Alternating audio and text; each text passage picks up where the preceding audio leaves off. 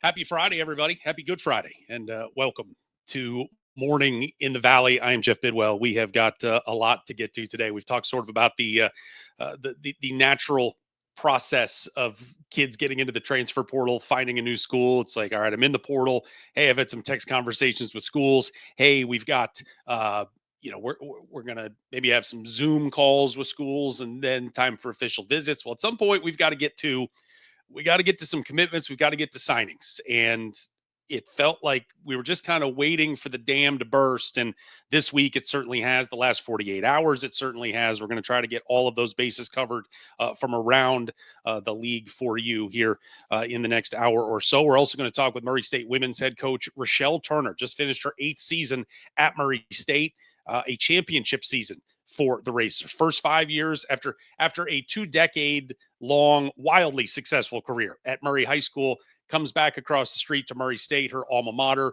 takes over the program there. 5 years in the Ohio Valley Conference. They had climbed the ladder, were just about ready to kick through that glass ceiling, and then Murray State made the decision to go to the Missouri Valley Conference, and an understandable step back for the Racer program. But she, after year one, implemented the system, as she calls it. And if you've watched Murray State's women play, you know what that is. They're going to get out, they're going to run, they're going to shoot threes, they're going to press.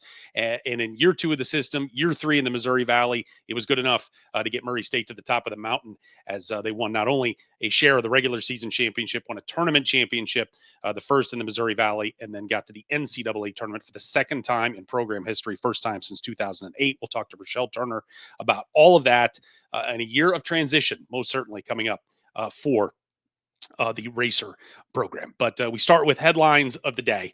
And, look, it has been this is just, again, the new normal, if you will, since the season ended, where we always talk about, especially on the men's side, we almost just default now to, until you hear differently, you expect guys to be leaving. And so when you see schools like Illinois State that come out, and it's just this, you know, machine gunning of, hey, I'm back, I'm back, I'm back, I'm back, and you're like, oh, okay, that's great. I mean, we love retention here. That's great, but there are some programs where it's been quiet, and Northern Iowa has certainly been one of those schools where it's just been quiet. And of all the 16 all league guys, as we have talked about ad nauseum for the last month or so, 13 of them either graduated or entered the portal and moved on. The only 2 that we had heard from were Chase Walker and Johnny Kinzinger at Illinois State, saying they'd come back. Well, there'd been this one loose end over in Cedar Falls by the name of Trey Campbell, 3rd team all league. Hadn't heard boo from him. Coming, going, don't know. Well, yesterday, Northern Iowa rather made some things official, as they posted that on social media, saying essentially, well, they didn't essentially, they said, we've got unfinished business in Cedar Falls, as they put, and you can count them, 1, 2, 3, 11 guys coming back. And first and foremost on that list is Trey Campbell. Again, leading scorer, returning for them last year, 11.5 points, 3rd team all league. And so when you look at the pieces that Ben Jacobson has coming back, Leon Bond, Ben Schweiger, RJ Taylor. I mean, those are 11 points, 10 points, 9.5 points, 7.5 points. Yes, you've lost Titan Anderson. Yes, you've lost Jacob Hudson.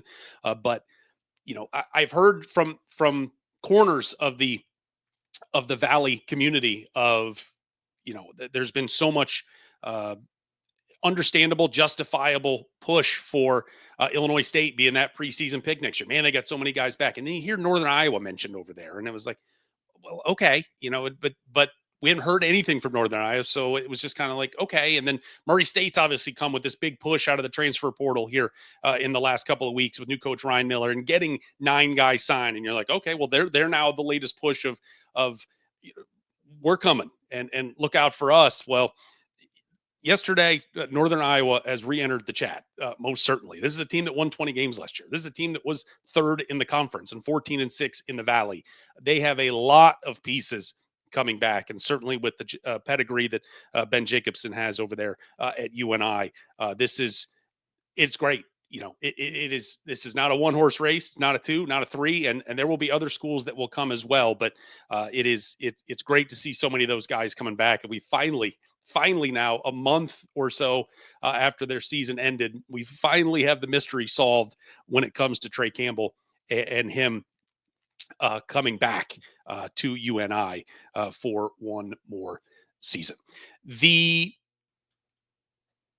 As we talked about Murray State and their push and their just consistent addition here within the last couple of weeks, they got, for all the folks that they have brought in here in the last couple of weeks, yesterday, a commitment and a signing all in the same day. For me, it was maybe as intriguing of an addition that they've had so far, and it's Braden Shorter, who is from Division II Washburn.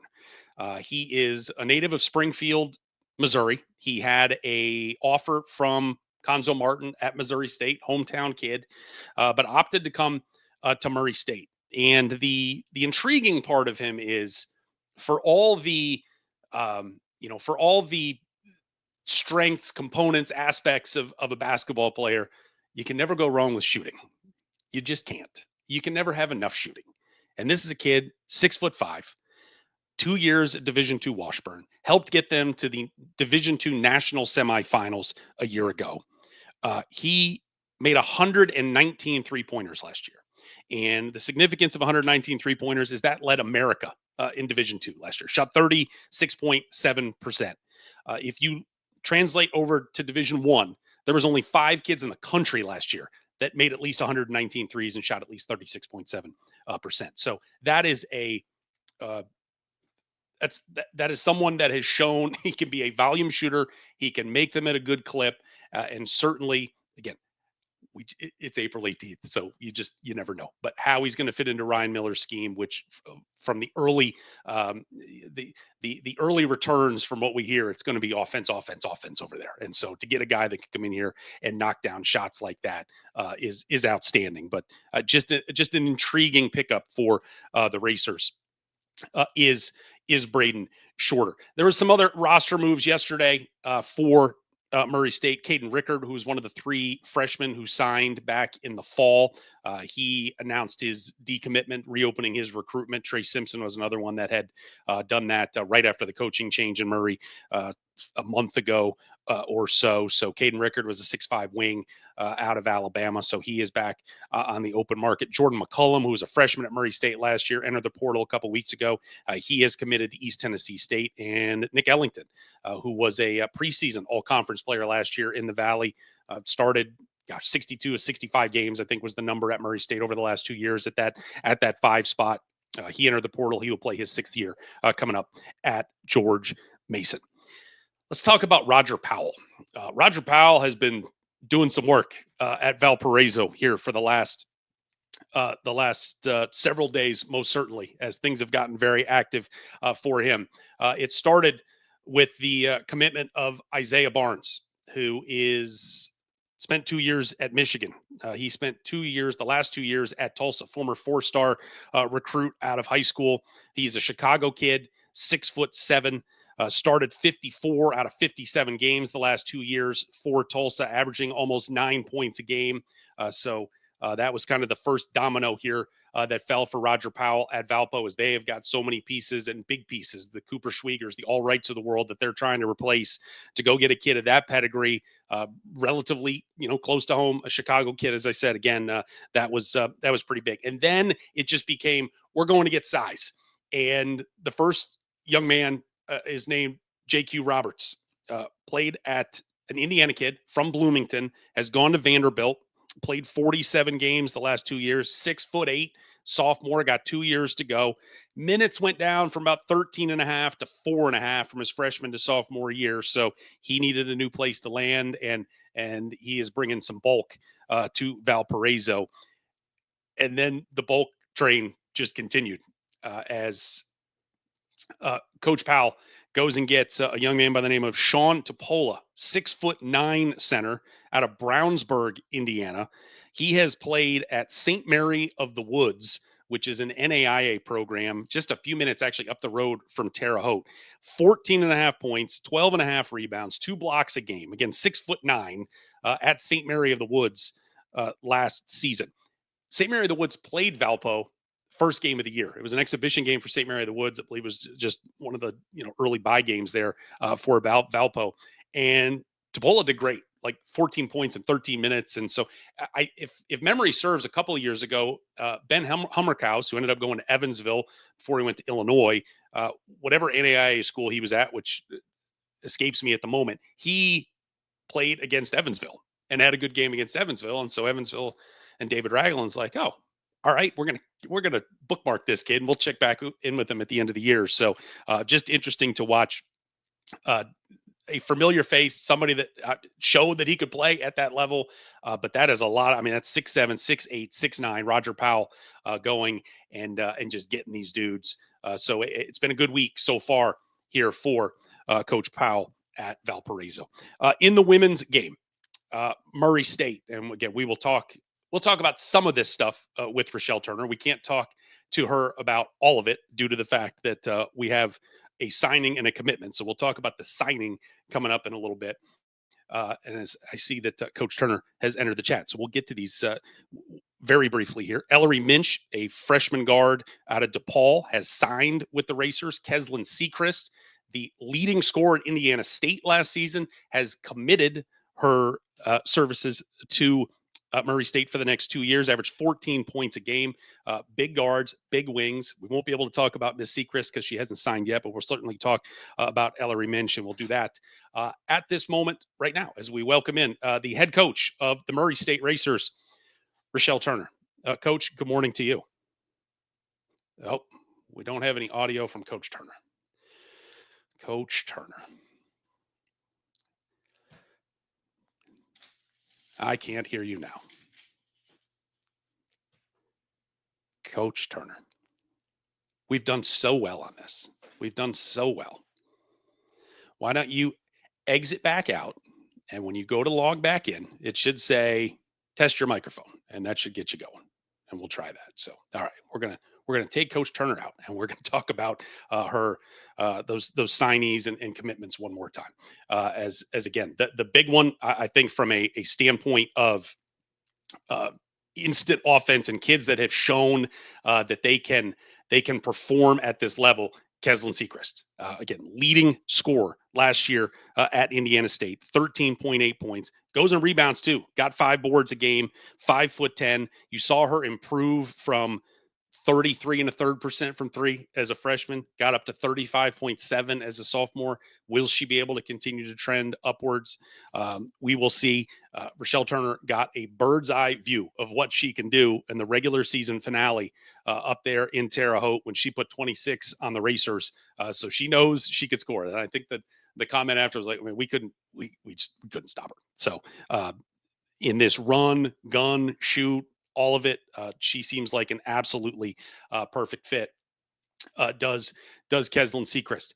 The other one, as we mentioned, was Ellery Minch, who has signed out of DePaul, 6'3" guard, which just shows sort of the evolution of the game here.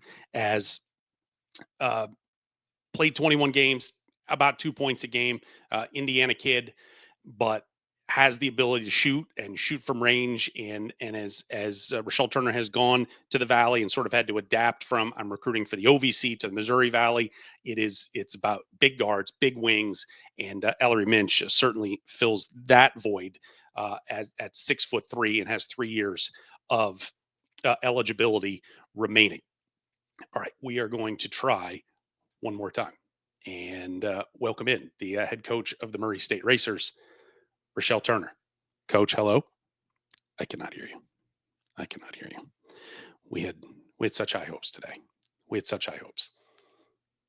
I mean, the hair's good. I know that's been worked on today. I mean, we got the bright gold going. All right, we're gonna keep moving. We're gonna let you keep working over there in Murray.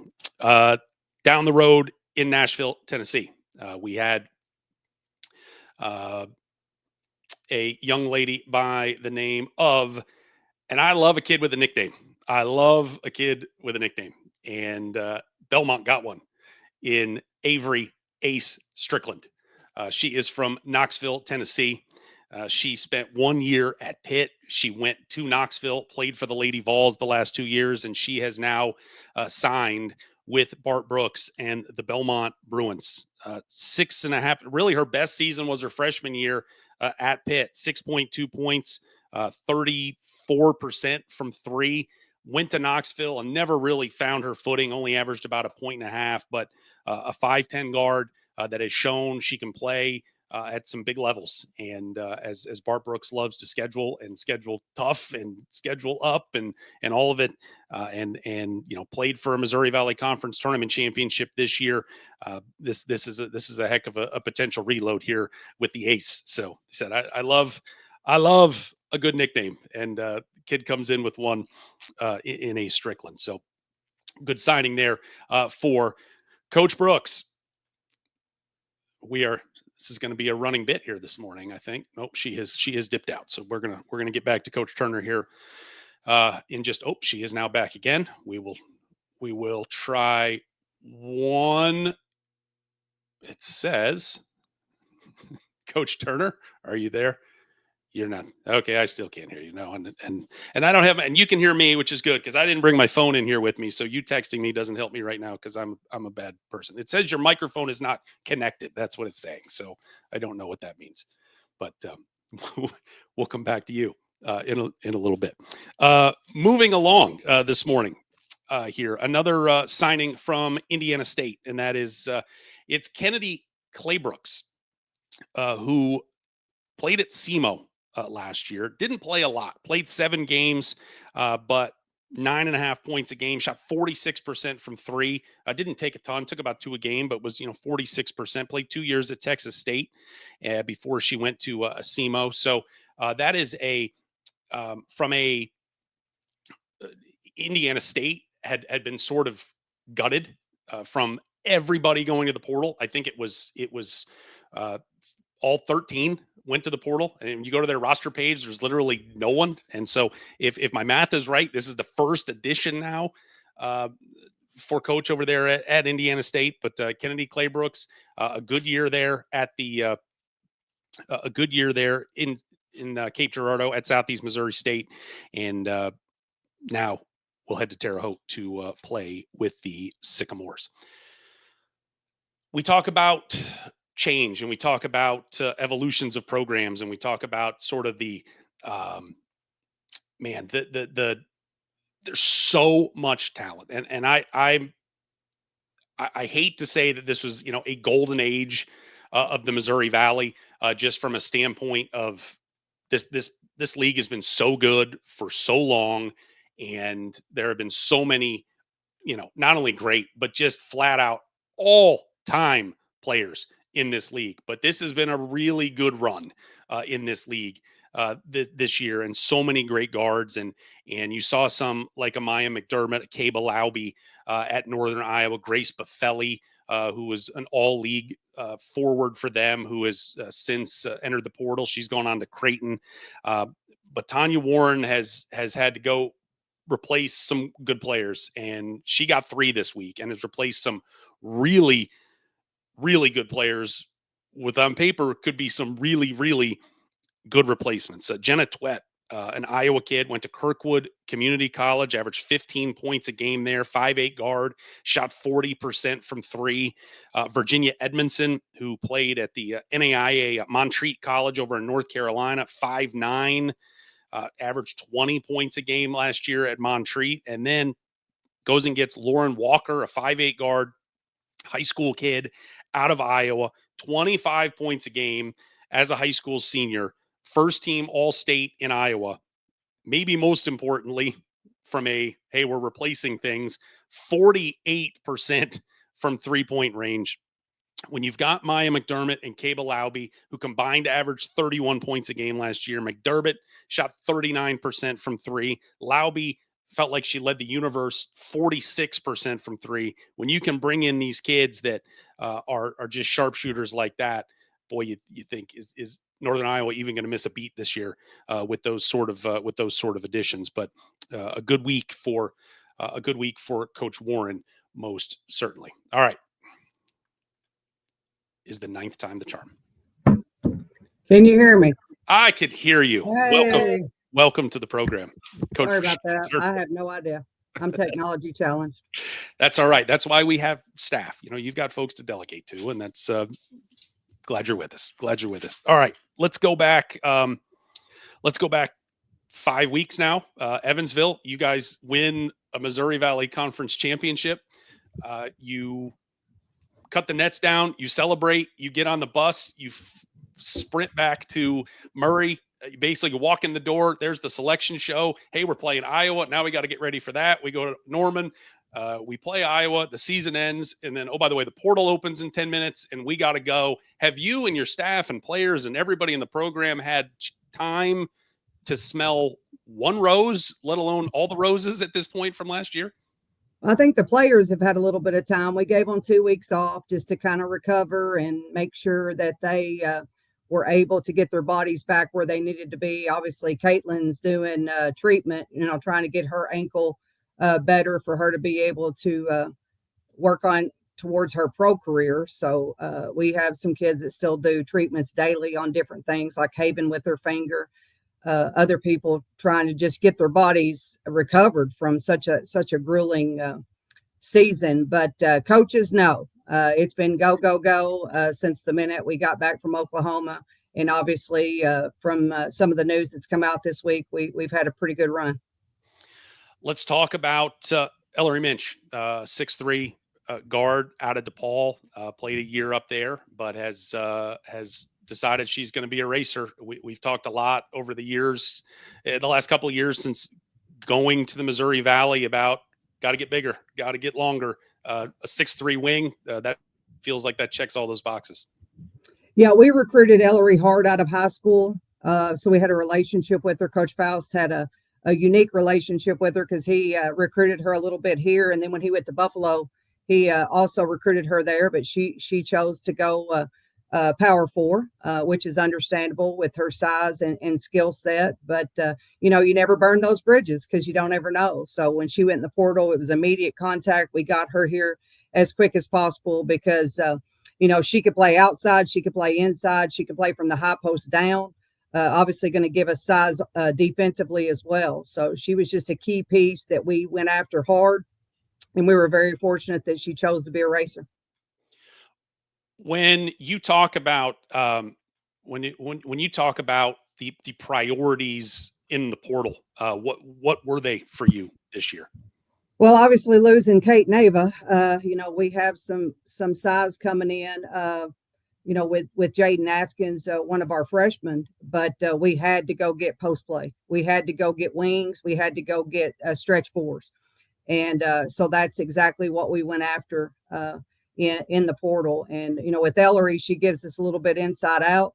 Sharnice, obviously true post player that can come in, athletic, run the floor, do the things that we need them to do. So that was our first priority, is we had to get some size. Sharnice Curry-Jelks, as you alluded to there, a former Ohio Valley Conference Freshman of the Year at UT Martin, 6'2", goes to Indiana for a couple of years, and now coming back to Murray State. Know she had some knee issues, but that was back in high school. But just in terms of her impact and sort of what you think her ceiling can be as a racer. Well, it's another kid that we had a relationship with, recruited her hard out of high school. And just continued to maintain that relationship throughout. And we obviously, Jackson Southside, Coach McNeil's been good to us. We've got, she's a former Jackson Southside kid. We've got Jaden Askins coming in. And obviously, probably the most legendary Southside kid is KJ, Keyshawn and James. So we've had a good run at Murray State through that school. But Sharnice just brings what we have to have. We have to have a little more athleticism. We have to have some size. We do have to have kids that are willing to bang, offensive rebound. And so she'll be uniquely different than the post players, obviously, that we've had. But I think that she will fit into the system extremely well. Caitlin Young, the all-timer in your program's history. You lose seniors every year, and senior classes come and go of different resumes and so on. But when you have a kid that's your all-time leading scorer, your all-time leading rebounder, jersey hanging from the rafters, the undisputed best player to ever walk the halls of your program, how much of just a culture shift is that in trying to, she's been such a security blanket for 5 years for you guys. And now, okay, she's not here. We need to figure out what we are moving forward. Yeah, that's a big deal. Travis was nagging me the other night, and he's like, "You have no idea how to coach without her, do you?" And I said, I don't. We've been thinking long and hard about the changes that we need to make, and about the different adjustments that we've got to do not having her, but being able to throw the ball to her in crucial situations, especially this year, as well as she played in conference play down the stretch. That's going to be tough. And she has built this program. She has surrounded herself with great people, and we've been very fortunate to be able to do that in recruiting. But it all ebbed and flowed through her, and she stepped up this year on the biggest stage, and just cemented her career with the championship. So and the thing about it is, with Caitlin and my relationship, I'm going to miss her just as much day to day as I'm going to miss her being on the court. I mean, she comes in every day, sits down. We talk about everything. She's just such a mature young lady. And I just learned so much from her. I mean, she has made me a better coach in so many ways. And I am so thankful to her for choosing us and trusting us, and her family for choosing us and trusting us. And more than anything, the loyalty that she showed by staying, because I can tell you unequivocally, these numbers are crazy in the portal that some of these kids are getting, some of these kids are asking for. We've dealt with a lot of that this spring. So for her to stay at Murray State and do what she did for us, I will forever be grateful for Caitlin Young. I have heard you say dozens of times over the years about when it's that moment of, we need a bucket, and we're going to Caitlin Young. She's not there. How does one of the returners, one of the new kids, whoever's on your roster this year, next year, moving forward, how does someone earn that from you of, they're the one that we need one right now, we're going to you? Yeah, trust is definitely earned. And that's something that we will be able to see in practice. We will be able to see how they react to certain situations. Obviously, I put kids in the most uncomfortable situations I possibly can, either if that's me staying on them, or we have to do certain things in practice, or we're going to run. We try to create game situations as much as possible. We even do that with our free throws. We don't get a drink of water at practice till we earn it, and we earn it by making 2 free throws. But I think the things that you put emphasis on and the things that you prioritize are what become the norm for your basketball team. So we've got some good choices on our roster coming back for kids that have taken and made big shots throughout the year this year. So we will definitely have auditions for that to see who's able to complete those plays when we need them the most. You are now a championship program. How much different, easier, better was it to try to go recruit this year when you've got something, not a, hey, we're close, but hey, we've done it, and we want you to come be a part of this? I think that was key in us getting the portal kids that we got this year, saying, we're champions, and our goal and our only goal is to go back and win it again. And you change your conversations in recruiting now, because once you get to the top, they say it's really hard to stay there. And I believe that, but that's our intention, is to be in the mix, to be in the conversation every single year. So I definitely believe that helps us moving forward in recruiting the top-notch kids that we're trying to recruit, because we're going against all the other Valley schools. We're going against Power 4 schools to get the kids that we want, because you have to play at that high of a level to be able to come in here and help us win another championship. So we're extremely grateful that we were able to get that championship, and to be able to use that and to continue to build on that championship culture. When we are now going into year 3 of the system, and it's still kind of in its toddler phase, you guys are still trying to figure out what works, what doesn't. We've seen some evolution of, hey, we're not going to press every single team we play, because that was killing us a little bit. But what can get better? What tweaks, without giving away all the secret sauce, but is there still room for it to grow and evolve? Oh, absolutely. We haven't even actually done the system yet the way it was designed to be. And some of that was because last year injuries and depth became an issue. And so we had to tone down how much we were able to play full court defense. But I think if you kind of look at it in one of these ways, the first year of the system, we averaged 84 points a game. The second year of the system, we averaged 87. We need to average 90. And that's going to be easier said than done. And we have to replace a lot of great offense that we lost due to graduation, but you have to have more possessions, and you create more possessions by more full court pressure, playing even faster than we did.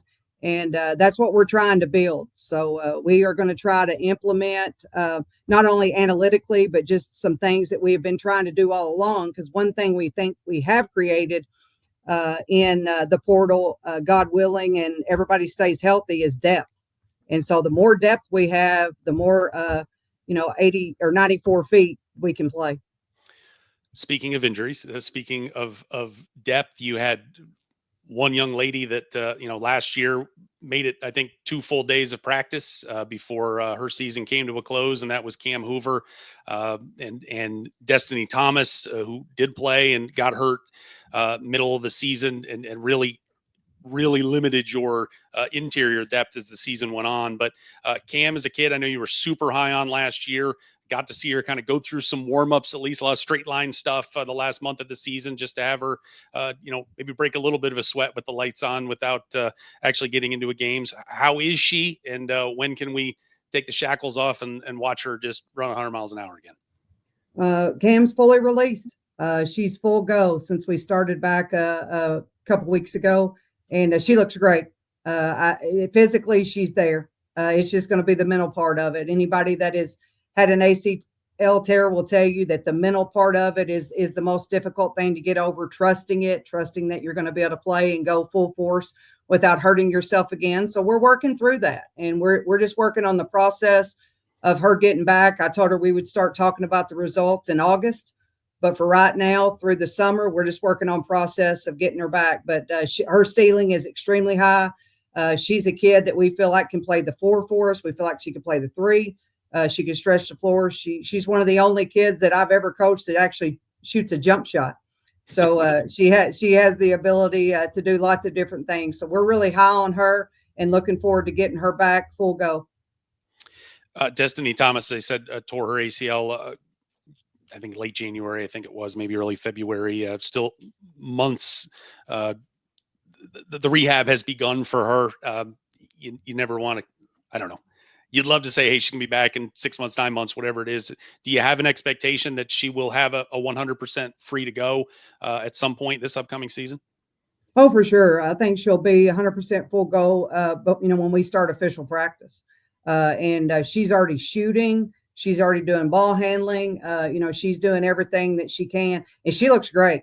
And she's already been through this once, so she kind of understands the mental aspect of it. So hopefully she'll recover from that quicker, just simply because she's been there, done that. But really impressed with how hard she's worked and where she's at this point. So, not being able to go full go during preseason obviously will put her behind to some extent. But I know Destiny, and when she gets released, she'll work as hard as she can to get back to where she was last year or even better. My last question for you. Pressure is a privilege, as you like to say, and expectations, I guess, are a privilege as well. You have been climbing a mountain for 8 years, and in year 8, you finally got to the top, and you got to plant your flag. There are going to be expectations on your team because of all this great talent that was lost at the end of this season. You had 4 all-league kids. 2 of them have graduated and moved on, but you've got 2 back, and nobody else in the league's got 2 all-league kids coming back. How are you prepared to prepare your kids for the bullseye this year? This was a hey, maybe we can call it gimmicky, and we're just going to go run and score a lot of points, and that's great. And but not only do you go score a lot of points, you went and beat everybody in the league. You went and win a conference championship. Now everybody knows what is coming into their gym every night. How do you get your guys ready for that? Well, we do what we always do. We start in the summer with our team bonding and our chemistry, our culture. The only thing we will work on besides culture and chemistry in June is transition offense. So we just start over. But we do that every year. We did that this year with this year's team. Every team's different.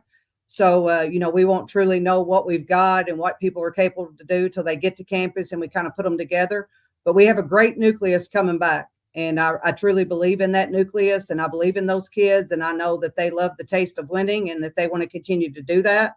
And so we'll just take it one day at a time. But ultimately, seasons are long and you just got to build brick by brick. But I would rather be in this position than to still be seeking a championship. So our goal with Murray State women's basketball is to stay on top. It is to stay in the mix, be in the conversation every single year, and give ourselves a chance to win.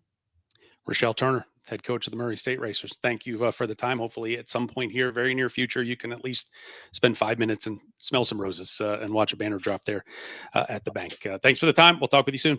Thank you.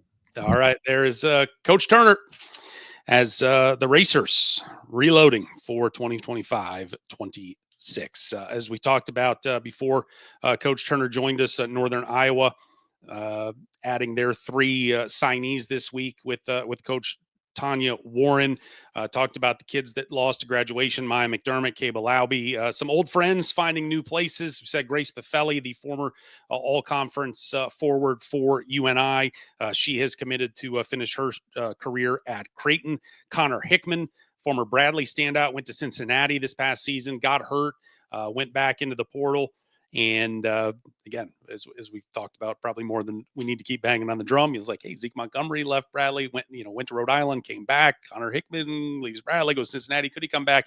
He's going to go finish his career at Charleston. And Isaiah Walker, the Belmont standout, has committed to Xavier. He is from Wyoming, Ohio, which is outside of Cincinnati. And Xavier is in Cincinnati. His dad played at Xavier, so maybe shouldn't be surprised in the end that that's a family affair there for Isaiah Walker. But the former Bruin is now a Musketeer with X. Isaiah Swope, who had a great season at Indiana State 2 years ago, went to St. Louis with Coach Josh Schertz when Schertz left Terre Haute to take over the Billiken program. Averaged 17 points a game last year, did Swope, but he is going back into the transfer portal for one last season. At Bradley, a lot of change there for head coach Brian Wardle, as he has had some coaching movement is probably the best way to put it, with some guys leaving his program. Saw Jimmy Foster, associate head coach, going to Colorado State with Ali Faroukmanesh. You saw Mike Bargan,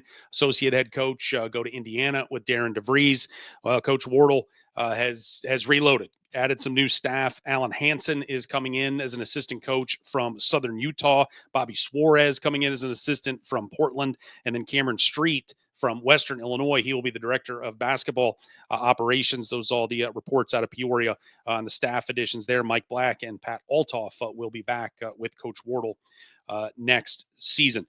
Coach Wardle also, while he's at it, went and got a new commitment, and that is from an AJ Smith, as AJ Smith played at James Madison, and he has committed to Bradley. Played 2 years at Southern Indiana, went to James Madison for 1 year. He's got 1 year left. 6'6" guard from Edwardsville, Illinois, so a little bit of a roundabout homecoming back, at least into the land of Lincoln. 7.6 rebounds a game at George Mason last year, so a good pickup for Bradley, who's certainly has lost a lot of pieces this season off a really good team there in Peoria for the Braves.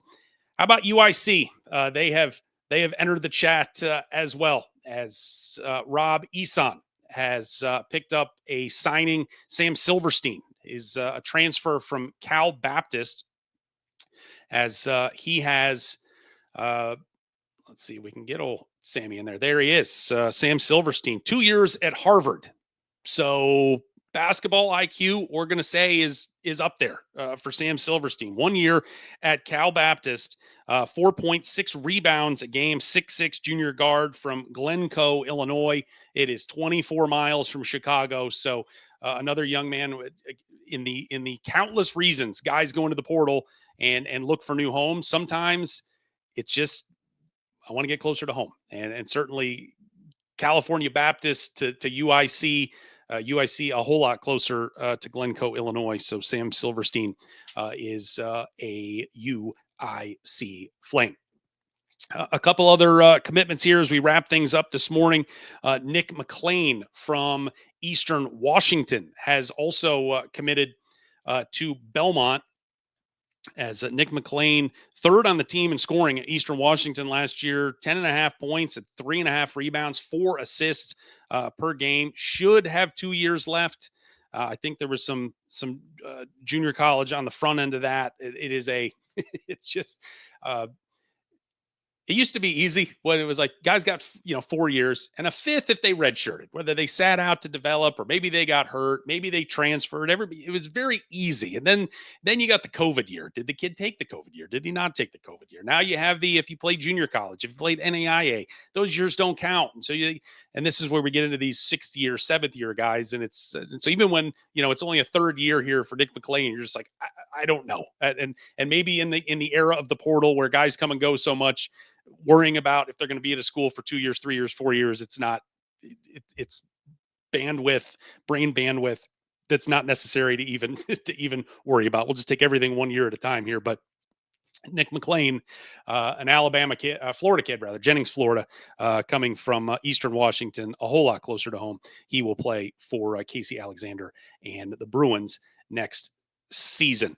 On the women's side, Zanira Adams, she has signed with Illinois State.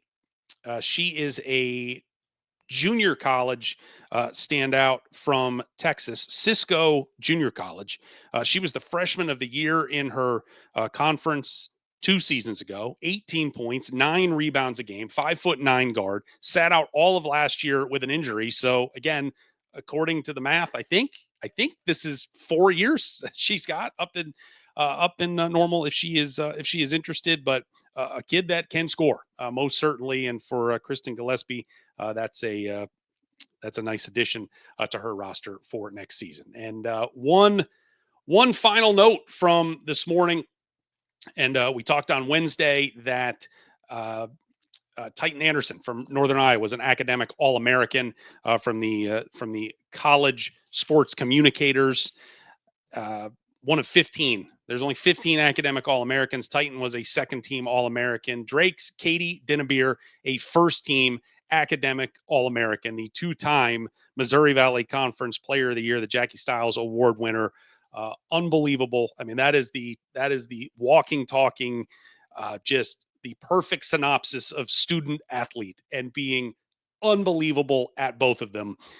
Katie was, there certainly felt like a kid that could go, and whether, we just had the WNBA draft, whether she could go there, whether she wanted to go overseas. And she's like, I'm going to go take care of my pharmacy degree and I'm going to go be a pharmacist, and good for her on all of that. But a great honor there for Katie Dinnebier, first team academic All-American from the college sports communicators. All right. That does it this morning here for Morning in the Valley. It has been felt like just the transaction pages at the back of the newspaper from back in the day. All kinds of commitments and signings, and we will hopefully get those commitments into signings and have those for you on Monday. Another busy weekend, as I believe the portal closes on the guys' side. I think it's Tuesday, so time is running out for those decisions to be made, and some guys getting in here late, and sometimes it's some strategy of don't get lost in the first wave, kind of come in late and see, when schools have maybe missed out on some guys and they're like, oh, that guy's available, we'll go take him. So the portal is not closed until it is closed, and there's still a few more days left on that. But several schools in the Missouri Valley, both the men's and women's side, still have a lot of work to do and roster additions as they get their rosters ready for 25-26. Happy Easter, everybody. If you are celebrating, have a great weekend. We'll be back on Monday morning, just like we will be all off season. Monday, Wednesday, and Friday, 9 a.m. right here.